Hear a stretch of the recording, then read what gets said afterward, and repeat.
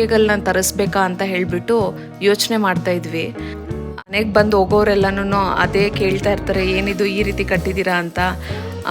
ಅವ್ರವರು ಹೆಂಡ್ತಿಗೋಸ್ಕರ ತಾಜ್ ಮಹಲೇ ಕಟ್ತಾರಪ್ಪ. ನಾನು ತುಳಸಿ ಕಟ್ಟೆ ಒಳಗಡೆ ಲಾವಂಚ ಬೇರು ಮತ್ತೆ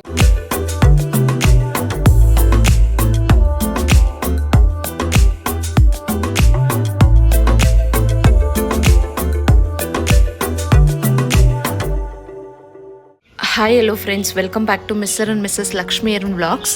ಹೇಗಿದ್ದೀರಿ ಎಲ್ಲರೂ? ನಾವು ಚೆನ್ನಾಗಿದ್ದೀವಿ, ನೀವು ಕೂಡ ತುಂಬಾ ಚೆನ್ನಾಗಿದ್ದೀರಾ ಅಂತ ಭಾವಿಸ್ತೀನಿ. ಆ್ಯಕ್ಚುಲಿ ಈ ವ್ಲಾಗ್ ತುಳಸಿ ಕಟ್ಟೆ ಬಗ್ಗೆ ಸುಮಾರು ತಿಂಗಳಿಂದ ನಾನು ಆಸೆಪಟ್ಟು ಕೇಳ್ತಾ ಇದ್ದಿದ್ದು ಕೆಲಸ 3-4 ತಿಂಗಳು ಆದಮೇಲೆ ನೆರವೇರಿದೆ. ಈ ಕೆಲಸ ಮಾಡೋದಕ್ಕೆ ಆಲ್ಮೋಸ್ಟ್ ನಾವು 1 ತಿಂಗಳು ತೊಗೊಂಡಿದ್ದೀವಿ. ಯಾಕೆ ಅಂತ ಹೇಳಿದ್ರೆ ಪಾಪು ಇದ್ದಾನಲ್ವಾ, ಸೊ ಕೆಲಸ ಬೇರೆ ಇರುತ್ತೆ, ಆಫೀಸ್ ಕೆಲಸ ಅದು ಮಾಡಿಕೊಂಡು ಮನೇಲೂ ಕೆಲಸ ಮಾಡಿಕೊಂಡು ಇದು ಮಾಡೋದಕ್ಕಾಗೋದಿಲ್ಲ ಅಂತ. ಎಷ್ಟೋ ಜನನ ಗಾರೆ ಕೆಲಸದವ್ರನ್ನ ಕೇಳಿದ್ವಿ, ಬಟ್ ಯಾರು ಈ ಚಿಕ್ಕ ಪುಟ್ಟ ಕೆಲಸ ಮಾಡೋದಕ್ಕೆ ಬರಲ್ಲ ಅಂತ ಹೇಳಿದ್ರು. ಸರಿ ಅಂತ ಹೇಳಿಬಿಟ್ಟು ನಮ್ಮ ಮನೆಯವರು ನಾನೇ ಮಾಡ್ಕೊಡ್ತೀನಿ ಬಿಡೆ ಅಂತ ಯೂಟ್ಯೂಬಲ್ಲೆಲ್ಲ ರೆಫರೆನ್ಸ್ಗೆ ಚೆಕ್ ಮಾಡಿದ್ರು. ಬಟ್ ಯೂಟ್ಯೂಬಲ್ಲಿ ಎಲ್ಲರೂ ಇಟ್ಟಿಗೆ ಕಲ್ಲಿಟ್ಟು ಕಟ್ಟಿರೋ ಅಂಥ ತುಳಸಿ ಕಟ್ಟೆನ ತೋರಿಸಿದ್ದಾರೆ. ಬಟ್ ನಮ್ಮ ಹತ್ರ ಇಟ್ಟಿಗೆ ಕಲ್ಲು ಇರಲಿಲ್ಲ. ಸೊ ಇದಕ್ಕೋಸ್ಕರನೇ ಇಟ್ಟಿಗೆ ಕಲ್ಲನ್ನ ತರಿಸ್ಬೇಕಾ ಅಂತ ಹೇಳಿಬಿಟ್ಟು ಯೋಚನೆ ಮಾಡ್ತಾಯಿದ್ವಿ. ಆಗ ಮನೆ ಹತ್ರ ಸ್ವಲ್ಪ ಕನ್ಸ್ಟ್ರಕ್ಷನ್ ಮಾಡಿ ಉಳಿದಿರೋ ಅಂಥ ಸ್ಲ್ಯಾಬ್ಸ್ ಇದ್ವು, ಸಿಮೆಂಟ್ ಸ್ಲ್ಯಾಬ್ಸು. ಸೊ ಇದನ್ನ ಇಟ್ಕೊಂಡು ಯಾಕೆ ಕಟ್ಟಬಾರ್ದು ಅಂತ ಯೋಚನೆ ಮಾಡಿದ್ವಿ. ಅಮ್ಮ ಕೂಡ ಐಡಿಯಾ ಕೊಟ್ಟರು. ಸರಿ ಇದು ಕಟ್ಟೋಣ ಅಂತ ಹೇಳಿಬಿಟ್ಟು ಫಸ್ಟು ಏನು ಮಾಡಿದ್ವಿ, ಮನೆ ಹತ್ರ ಎಲ್ಲಿ ತುಳಸಿ ಕಟ್ಟೆ ಮಾಡಬೇಕಿತ್ತಲ್ವ ಅಲ್ಲಿ ಸ್ವಲ್ಪ ಹಳ್ಳ ಎಲ್ಲ ಮಾಡಿಕೊಂಡು ನಮ್ಮ ಮನೆಯವರು ಅಳತೆ ಮಾಡಿಕೊಂಡು ತುಳಸಿ ಕಟ್ಟೆನ ಕಟ್ಟೋದಕ್ಕೆ ಸ್ಟಾರ್ಟ್ ಮಾಡಿದ್ರು. ಅದು ಸ್ಲ್ಯಾಬ್ಸು ತುಂಬ ದೊಡ್ಡ ಇರ್ತವೆ ಅಲ್ವಾ, ಮತ್ತು ನಮಗೆ ಬೇಕಾಗಿರೋ ಥರನೇ ಸ್ಟ್ರೈಟಾಗಿ ಕಟ್ಕೊಳ್ಳಿಕ್ಕೆ ಆಗಲಿಲ್ಲ. ನಾವೇನು ಮಾಡಿದ್ವಿ, ಈ ಥರ ನನಗೆ ಪೆಂಟಗನ್ ಥರ ಮಾಡಿಬಿಟ್ಟು ಅದಾದಮೇಲೆ ಅದ್ರ ಮೇಲೆ ಕೂರ್ಸೋಣ ಸ್ಟ್ರೈಟಾಗಿ ಅಂತ ಹೇಳಿ ಫಸ್ಟು ಮಾಡಿದ್ದು. ಅದು ಎಲ್ಲ ಫಿನಿಷ್ ಮಾಡೋದಕ್ಕೆ ಪಾಪ ನಮ್ಮ ಮನೆಯವರು ಎಷ್ಟು ಶ್ರಮ ಪಟ್ಟಿದ್ದಾರೆ. ಅಮ್ಮ ಕೂಡ ಸೊಂಟ ನೋವಿದ್ರು, ಅವ್ರಿಗೆ ಹೆಲ್ಪ್ ಮಾಡಿಕೊಂಡು ಕೆಲಸ ಮಾಡ್ತಾಯಿದ್ರು. ನಾನು ಪಾಪನ ನೋಡಿಕೊಂಡು ಅವ್ರಿಗೆ ಸಣ್ಣ ಪುಟ್ಟ ಹೆಲ್ಪ್ ಮಾಡಿದೆ ಅಷ್ಟೇ. ಯಾವ್ಯಾವ್ದೋ ರೀತಿ ಎಲ್ಲ ಚೆಕ್ ಮಾಡಿ ನೋಡಿಬಿಟ್ವಿ. ಬಟ್ ಆದರೆ ಫೈನಲ್ ಆಗಿ ಒಂದು ಔಟ್ಪುಟ್ ಬಂತು. ಒಂದು ರಾತ್ರಿ ಎಲ್ಲನೂ ಕೆಲಸ ಮಾಡಿ ಪಾಪ ಅವರು ಫಿನಿಷ್ ಮಾಡಿದ್ರು. ಅಮ್ಮನೂ ಪ್ಲಾಸ್ಟಿಂಗ್ ಎಲ್ಲ ಮಾಡಿ ಕೊಟ್ಟರು. ಬಟ್ ಅದೇನಾಯಿತು ಅಂತ ಹೇಳಿದ್ರೆ ಫೈನಲಿ ಔಟ್ಪುಟ್ ನೋಡಿದಾಗ ನಮಗೇನು ಅನ್ನಿಸ್ತು, ಹೋಮಕುಂಡ ಥರ ಇದೆ ಅಂತ ಹೇಳ್ಬಿಟ್ಟು ನಮ್ಮ ಮನೆಯವ್ರು ಹೇಳಿದ್ರು. ಆಮೇಲೆ ಇದು ಹೇಳಿದ್ಮೇಲೆ ನನಗೂ ಹಂಗೆ ಅನ್ನಿಸ್ತು, ಯಾವ ಕಡೆಯಿಂದ ನೋಡಿದ್ರು ಇದು ಹೋಮಕುಂಡ ಥರ ಇದೆ, ತುಳಸಿ ಕಟ್ಟೆ ಥರನೇ ಇಲ್ವಲ್ಲ ಅಂತ. ಅಯ್ಯೋ ಇಷ್ಟೊಂದೆಲ್ಲ ಕಷ್ಟಪಟ್ಟು ಕಟ್ಟಿದ್ದೀವಲ್ಲಪ್ಪ, ಮತ್ತೆ ಇದನ್ನು ಒಡೆದಾಕ್ಬೇಕಾ, ಮತ್ತು ಇಷ್ಟೊಂದು ಶ್ರಮ ಪಟ್ಟಿದ್ದೀವಿ, ಇದು ಒಡೆದಾಕ್ಬಿಟ್ರೆ ಮತ್ತೆ ಯೂಸ್ ಮಾಡ್ಕೊಳಕ್ಕಾಗತ್ತಾ ಈ ಸ್ಲ್ಯಾಬ್ಸ್ನ ಅಂತೆಲ್ಲ ಯೋಚನೆ ಮಾಡಿ ಎಲ್ಲ ಕಡೆ ರೌಂಡಾಗೂ ಸುತ್ತಿ ನೋಡಿದ್ವಿ. ಮತ್ತೆ ಹೆಂಗೆ ನೋಡಿದ್ರು ಇದು ಹೋಮಕುಂಡನೇ ಕಾಣಿಸ್ತಿದೆ. ಸರಿ ಇದನ್ನೇನ ನಾವು ಹಂಗೆ ಬಿಟ್ಬಿಟ್ರೆ ಏನಾಗುತ್ತೆ, ಮನೆಗೆ ಬಂದು ಹೋಗೋರೆಲ್ಲನೂ ಅದೇ ಕೇಳ್ತಾ ಇರ್ತಾರೆ, ಏನಿದು ಈ ರೀತಿ ಕಟ್ಟಿದ್ದೀರಾ ಅಂತ, ಬೇಜಾರಾಗ್ಬಿಡುತ್ತೆ ಅಂತ ಹೇಳಿಬಿಟ್ಟು ಸರಿ ಕಷ್ಟ ಆದರೂ ಪರವಾಗಿಲ್ಲ ಇದನ್ನು ಒಡೆದಾಕ್ಬಿಟ್ಟು ಮತ್ತೆ ಇನ್ನೊಂದು ಸತಿ ಕಟ್ಟೋಣ ಅಂತ ಮತ್ತೆ ಶುರು ಮಾಡಿಕೊಂಡ್ರು. ಈ ವ್ಲಾಗ್ ಬಿಗಿನಿಂಗಲ್ಲಿ ನಾನು ಹಾಕಿದ್ದೀನಿ ನೋಡಿ ಫೋಟೋ, ಅದು ಫೈನಲ್ಲೇ ಯಾವ ರೀತಿ ಬಂದಿದೆ ಅಂತ. ಅದು ಬಂದು ಹೋಮಕುಂಡ ಥರ ನಿಜವಾಗ್ಲೂ ಕಾಣಿಸ್ತಿದ್ಯಾ ಇಲ್ವಾ, ಇಲ್ಲ ನಮಗೆ ಮಾತ್ರ ಆ ಥರ ಕಾಣಿಸ್ತಿತ್ತಾ, ನೀವು ಒಂದ್ಸತಿ ಕಮೆಂಟ್ ಮಾಡಿ.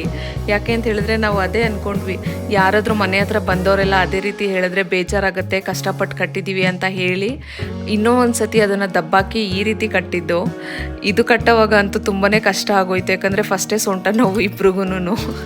ಅಮ್ಮನೂ ಇವರು ಒಂದೇ ಸತಿ ಕೈ ಹಾಕಿ ಮಾಡಿಬಿಡೋಣ ಅಂತ ಹೇಳಿ ಯೋಚನೆ ಮಾಡಿದ್ರು. ಬಟ್ ಅದು ಈ ರೀತಿ ಮತ್ತೆ ವಾಪಸ್ ಕಟ್ಟೋ ಥರ ಆಯ್ತಲ್ವಾ, ಮಧ್ಯದಲ್ಲಿ ನಿಲ್ಲಿಸ್ಬಿಟ್ಟು 1 ವಾರ ಆದಮೇಲೆ ಮತ್ತೆ ಅರ್ಧ ಕಂಪ್ಲೀಟ್ ಮಾಡಿದ್ರು. ಯಾವುದಾದ್ರೂ ಒಂದು ಕೆಲಸಕ್ಕೆ ಕೈ ಹಾಕಿದ್ರೆ ಅದು ಸರಿಯಾಗಿ ಬರಲಿಲ್ಲ ಅಂತ ಹೇಳಿದ್ರೆ ಸೆಕೆಂಡ್ ಟೈಮ್ ಮಾಡೋವಾಗ ಇಂಟ್ರೆಸ್ಟ್ ಹೋಗ್ಬಿಟ್ಟಿರುತ್ತಲ್ವ. ನಮ್ಮ ಮನೆಯವರು ಬೇಕು ಅಂತಲೇ ಡಿಲೇ ಮಾಡ್ತಾಯಿದ್ರು. ನಾನು ಅವ್ರಿಗೆ ಗೇಲಿ ಮಾಡ್ತಾಯಿದ್ದೆ, ಅವ್ರವರು ಹೆಂಡ್ತಿಗೋಸ್ಕರ ತಾಜ್ ಮಹಲೇ ಕಟ್ತಾರಪ್ಪ, ನಾನು ಆಸೆಪಟ್ಟು ಕೇಳ್ತಾರೋ ಒಂದು ತುಳಸಿ ಕಟ್ಟೆ ಕಟ್ಟೋಕ್ಕೆ ಇಷ್ಟೊಂದು ತಿಂಗಳು ತಗೋತಿದ್ದೀರಾ ಅಂತ ರೇಗಿಸಿ ಫೈನಲಿ ಹೆಂಗೋ ತುಳಸಿ ಕಟ್ಟೆ ಫಿನಿಷ್ ಮಾಡಿ ಪೇಂಟ್ ಮಾಡಿ ಕೊಟ್ಟರು. ಅಮ್ಮ ಗೋಧೂಳಿ ಲಗ್ನ ನೋಡಿಕೊಂಡು ತುಳಸಿನ ನೆಡೋದಕ್ಕೆ ಮೊದಲು ತುಳಸಿ ಕಟ್ಟೆ ಒಳಗಡೆ ಲಾವಂಚ ಬೇರು ಮತ್ತು ಡ್ರೈ ಫ್ರೂಟ್ಸ್ ಬರುತ್ತಲ್ವ, ಖರ್ಜೂರ, ಬಾದಾಮಿ ಮತ್ತು ಗೋಡಂಬಿ ಎಲ್ಲ ಹಾಕಿ ಅರಿಶಿನ ಕುಂಕುಮ ಎಲ್ಲ ಹಾಕಿ ಸ್ವಲ್ಪ ಹೂವು ಮತ್ತು ಸಗಣಿನ ಹಾಕಿ ತುಳಸಿ ಗಿಡನ ಪ್ರತಿಷ್ಠಾಪನೆ ಮಾಡಿದ್ರು. ತುಂಬ ಚೆನ್ನಾಗಿ ಕಾಣಿಸ್ತಾ ಇತ್ತು ಅಲ್ಲಿ ನೋಡೋದಕ್ಕೇನೆ. ಅಮ್ಮ ನೆಟ್ಟ ಮೇಲೆ ಅದಕ್ಕೆ ಇಮಿಡಿಯೇಟಾಗಿ ಜಾಸ್ತಿ ನೀರು ಉಯ್ಬಾರ್ದು ಅಂತ ಹೇಳಿದ್ರು. ಮಾರನೇ ದಿನ ತಲೆ ಸ್ನಾನ ಮಾಡಿಕೊಂಡು ತುಳಸಿ ಗಿಡಕ್ಕೆ ಪೂಜೆ ಮಾಡಿದೆ.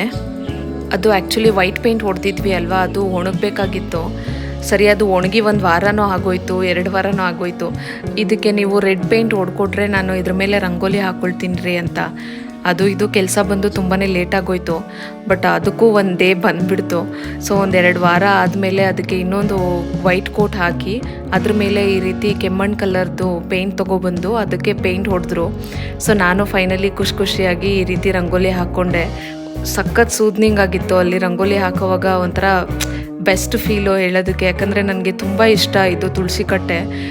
ಅಷ್ಟು ದಿನ ನಮಗೆ ತುಳಸಿ ಕಟ್ಟೆ ಬೇರೆ ಥರನೇ ಕಾಣಿಸ್ತಿತ್ತು. ಆ ರಂಗೋಲಿ ಹಾಕಿದ್ಮೇಲೆ ಎಷ್ಟು ಚೆನ್ನಾಗಿ ಕಾಣಿಸ್ತಿತ್ತು ಅಂತ ಹೇಳಿದ್ರೆ ವಾವ್ ಅಂತ ಅನ್ನಿಸ್ಬಿಡ್ತು. ಈ ರೀತಿ ಕಾಣಿಸ್ತಾಯಿತ್ತು ನಿಮ್ಮ ತುಳಸಿ ಕಟ್ಟೆ. ನನಗಂತೂ ಫುಲ್ ಖುಷಿ ಆಗೋಯ್ತು. ಇಷ್ಟು ತಿಂಗಳಿಂದ ನಾವು ಹಾಕಿದ್ದ ಎಫರ್ಟ್ಸು ಮತ್ತು ವೆಯ್ಟ್ ಮಾಡಿದ್ದು ಎಲ್ಲದಕ್ಕೂ ಸಾರ್ಥಕ ಆಯಿತು ಅಂತ ಅನ್ನಿಸ್ತು. ಸೊ ನೋಡಿದ್ರಲ್ಲ, ಸಿಮೆಂಟ್ ಸ್ಲ್ಯಾಬ್ಸ್ನ ಇಟ್ಕೊಂಡು ಯಾವ ರೀತಿ ಈಸಿಯಾಗಿ ತುಳಸಿ ಕಟ್ಟೆನ ಕಟ್ಟಿದ್ವಿ ಅಂತ. ಸೊ ನಿಮಗೆ ಈ ವ್ಲಾಗು ಇಷ್ಟ ಆಗಿದೆ ಅಂತ ಬಯಸ್ತೀನಿ ಫ್ರೆಂಡ್ಸ್. ಈ ವ್ಲಾಗು ನಿಮಗೆ ಇಷ್ಟ ಆಗಿದ್ದರೆ ದಯವಿಟ್ಟು ಒಂದು ಲೈಕ್ ಮಾಡಿ, ಶೇರ್ ಮಾಡಿ ಮತ್ತು ಕಮೆಂಟ್ ಮಾಡಿ. ನಮ್ಮ ಚಾನಲ್ಗೆ ಸಬ್ಸ್ಕ್ರೈಬ್ ಮಾಡಿ. Thank you for watching. Will catch you in next vlog.